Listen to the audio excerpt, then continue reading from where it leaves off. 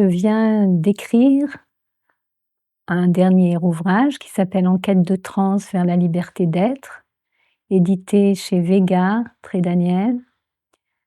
Et ce livre correspond vraiment à un regard que je porte sur la vie, en fait, et sur ma vie. Et j'ai remarqué que depuis toujours, je cherche en fait un état élargi de conscience.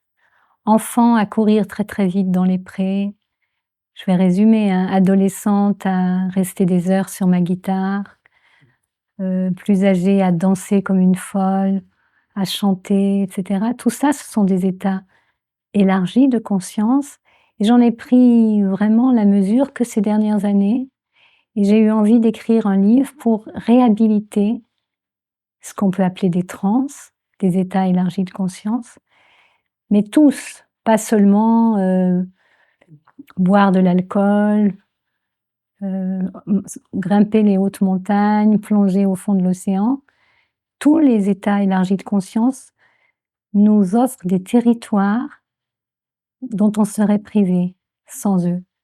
Et on n'a pas conscience de ça. Et je voulais écrire autour de ça pour montrer combien c'était non seulement utile, mais libérateur, combien c'est précieux de pouvoir explorer, grâce aux états élargis de conscience, d'autres façons d'être vivant, d'être vivante. Voilà.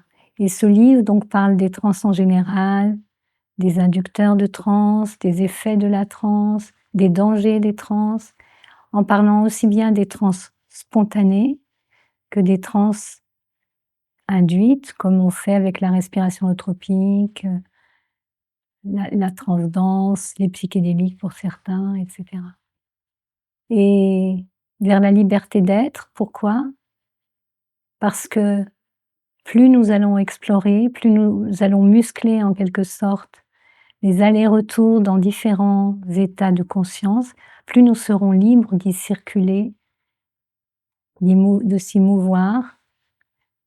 Donc la liberté qui m'est précieuse est comme un résultat. Liberté, amour,